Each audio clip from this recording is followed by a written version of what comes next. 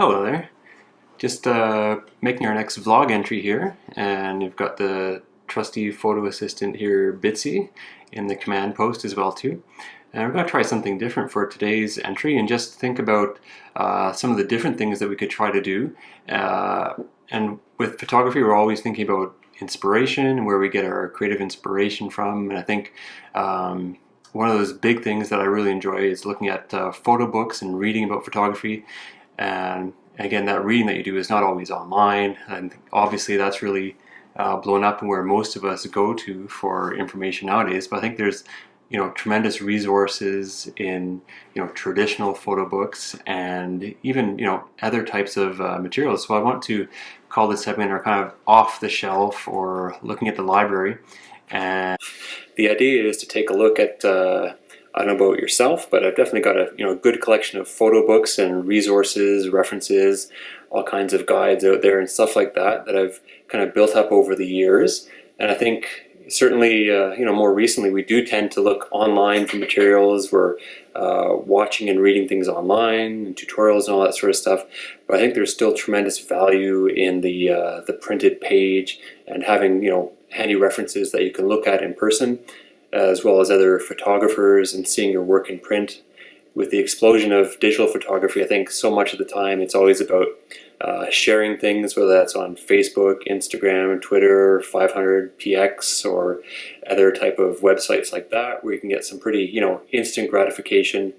But I think nothing's better than the real thing sometimes. And when you can see a print in person, whether that's artwork hanging on the wall or a photo book, I think it's it's useful to sometimes kind of slow down and take a more contemplative approach to photography as well too, especially in this day and age. So what we're going to try to do is take a look at over this series, whether it happens weekly, monthly, or whatever. It's just something I'd like to try to mix up and let you guys take a little bit of a peek at what's on my shelf, what inspires me, and where I'm getting some of my ideas from. And I think over the first couple of vlog posts, a lot of the feedback was saying, Matt, you're not doing enough time travel. So to try to cater to that audience, I know it's kind of a weird request, but I do try to accommodate requests as they come in. So what we're going to do this week with our off the shelf is a little bit of time travel. So hold tight if you're ready. All right, here we go.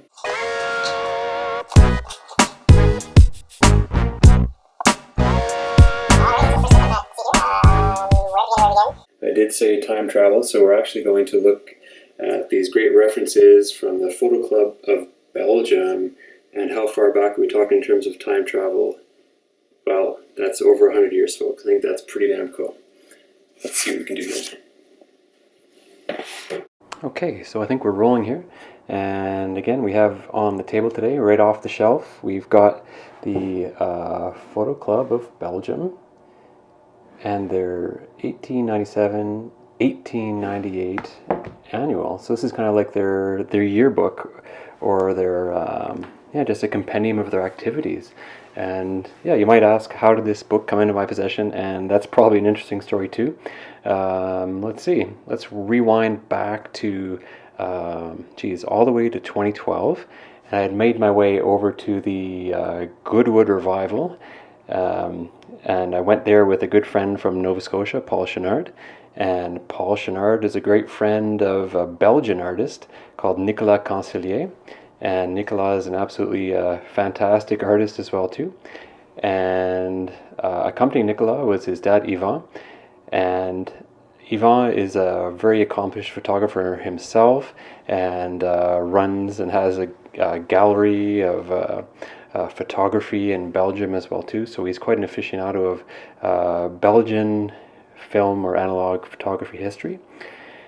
And let's see, I think just at that time at the revival, I was doing a lot of experimenting with a lot of film photography myself as well. And Yvon and I clicked and got along, and he forwarded these as a little gift afterwards. So I'm just very humbled and flattered to have this in my possession right now too, and a couple other volumes.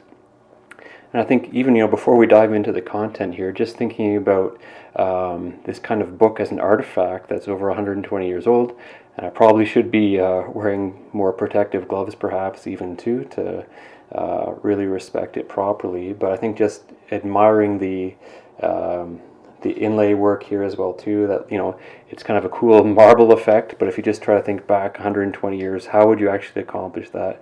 And just the craftsmanship that goes into the publication and creation of this type of a book. And we're not going to go page by page through it, don't worry, but I just want to show a few different highlights. And in this one there was a little physical memento as well too, and I think obviously a member of the club had been doing a little bit of experimentation, or this would have been a print. Unfortunately, there's not much on it right now, but you can see some evidence of the emulsion that would have been there, and looks like some type of, again, I don't know for sure what I'm talking about, but, you know, some type of silver iodide or something like that that's on that sheet of paper. So I think that's just really cool to see something come through the time machine like that too. And here we go, Photo Club of Belgium, edition number 1, 1897, 1898. And this book is entirely in French. And I'm going to cut. And we're back. So I was just pointing out that the Belgian Photo Club book is in French. Obviously, requires a little bit of French reading ability to get through it, and myself, despite the French last name, I'm not a perfectly fluent French speaker, so even, you know, deciphering a little bit of this is somewhat of a challenge for me, but I do find it interesting, and I do tend to get the gist of it, although you're talking about relatively arcane, older photography terminology, a little bit of jargon in there, so it's kind of takes a little bit of figuring it out, but even, again, just as an artifact, and it's filled with these great stories and even some images as well too. And I just want to, the first part that I've kind of set aside and highlighted here too is just photography exposition, so photography on display, and this section is about lunar photography. And so I think, yeah, recently over the past couple of months we've had a couple of supermoons, I guess, and that tends to get photographers out and about with their long lens trying to get great shots of the moon.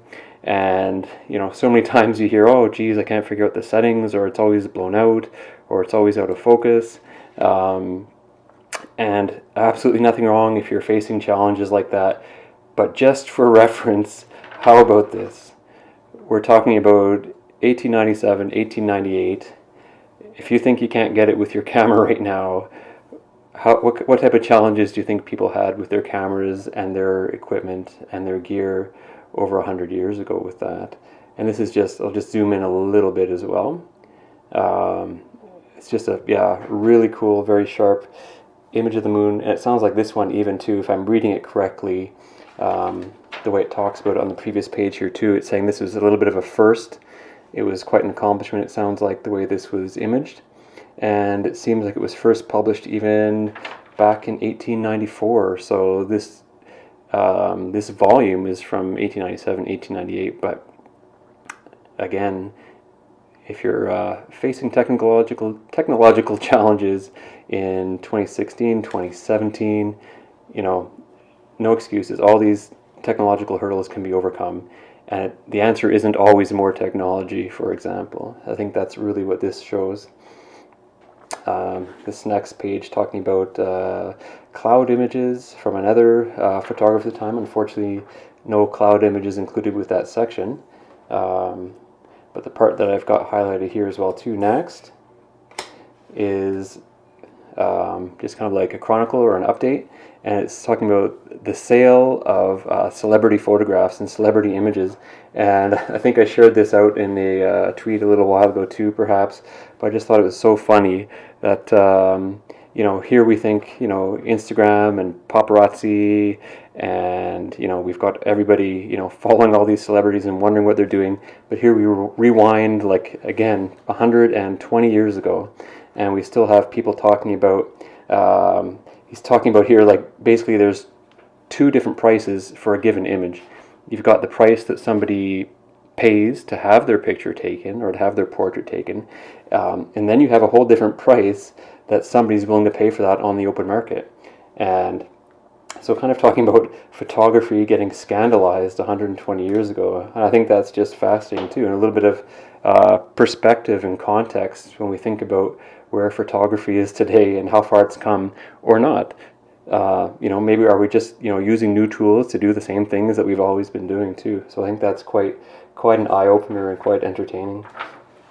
No examples of celebrity photography in here, I guess. Maybe they didn't want to, pander or go that low, I guess, with their publication. They wanted to keep it pretty highbrow in the Belgium Photo Club. We've got some advice for beginners. So again, this just filled with wisdom here. This next section I think is kind of funny, and it's an errata section, so it's they're fessing up to the mistakes or some errors that might have been in previous publications. And I'll again zoom in just a little bit here. We'll see what we can do. Maybe can't read all the words necessarily, but it's just really talking about, I found this quite funny. They're saying a mistake, and it's mistakes in the formulas, some formulas for chemistry that they would have provided in a previous edition or at a previous meeting of the club. And then my next section that I had flagged, that another risk that you don't always face with today's photography, let's just shift this down a little bit. It's quite funny. Poisons, accidents that can happen, and their antidotes. So I thought that was quite interesting, following the errata in the previous section, and hopefully the mistakes that were made or that might have been made with those mistaken formula didn't result in any poisonings or accidents. So we think about the risks that people face with photography nowadays. It's kind of on a whole different level. 120 years ago, to be a great photographer, you also had to be a great chemist and understand the chemistry and how things mix and interact, and have proper ventilation, proper safety gear and protection. A little bit of Breaking Bad. That was kind of your level of dangerousness in producing photographic prints 120 years ago, perhaps. You'd have to really be handling some interesting chemistry and keep safety top of mind. And particularly here we're talking about sulfuric acid, mercury bichloride, potassium cyanide. Interesting stuff, challenging stuff to work with. And let's see here. Okay, yeah, so let's see this next section I just opened up here too. It's about equipment and photographic news, or cameras and photographic news. So again, rewinding 120 years, this is basically their version of, DP Review or Nikon rumors, Canon rumors. So it's talking about all this really cool, hot new equipment that really would have got people excited 120 years ago. We're talking about special shutter equipment, taking a look at really some view cameras, field cameras. Look at this, all different types of shutters, operated with little bulbs. A double lens shutter board.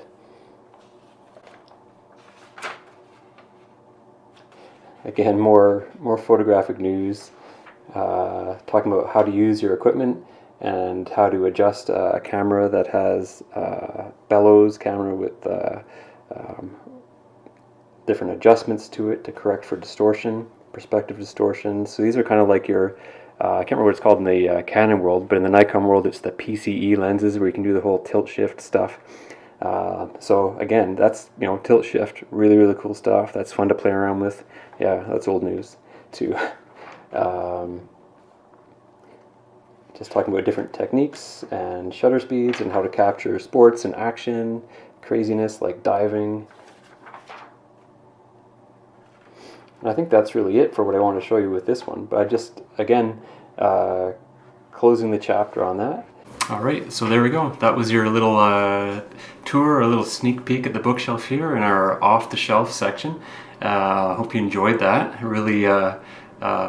really enjoy that Belgium Photo Club journal, and it's just so cool, so fun, and I think it's just quite an eye-opener to be able to look back like 120 years and realize how little has changed in terms of not just the technology and its capabilities, honestly. Like, you saw that moon shot there, quite impressive. And even just the way we behave and the way we interact with photography, the way we value photography, or the way society is around celebrity. It's not really, it's not necessarily something new that just came along with, with Instagram and paparazzi and TMZ and all that. It's been around for a while. So scandals galore 120 years ago in Belgium around the photo club. So hope you enjoyed that. We'll put that back on the shelf now. But yeah, if you'd like, just let me know in the comments below what some of your inspirations are around your photo books that you enjoy, whether it's, you know, actually looking at photographic prints or just reading, inspiration, stuff like that. What are your photo books, or what's on your bookshelf? Yeah, so thanks for tuning in, and we'll see you next time. Cheers.